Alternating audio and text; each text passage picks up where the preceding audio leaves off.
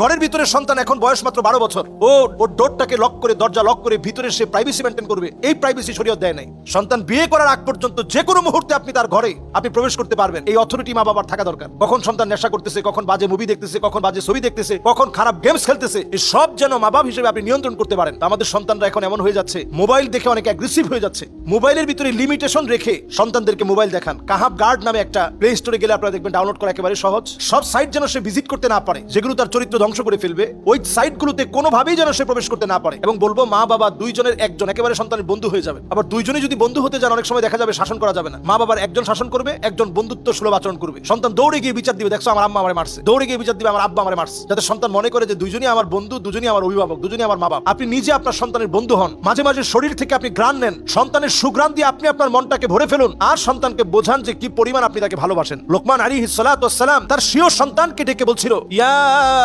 বুনাইয়া লা তুশরিক বিল্লাহ ইন্নাশ শিরকা লাযুলমুন আযীম। হে আমার প্রিয় বৎস, আল্লাহর সাথে শিরিক করো না। এখানে এই নসিহতগুলো প্রত্যেক মা বাপকে আমি পড়তে বলবো। মা বাবা প্রত্যেকে পড়েন। কি চমৎকার নসিহা! ওয়ালা তুসাইর খাদ্দাকা লিন-নাস, মানুষের সামনে থেকে মুখটাকে তুমি ফিরায় নিও না। ওয়ালা তামশি ফিল আরদি মারাহা, জমিনের মধ্যে অহংকার করে চলো না, দাম্ভিকতা দেখিয়ে তুমি চলবা না। এমন দামি দামি নসিহত লোকমান আলাইহিস সালাম করেছেন।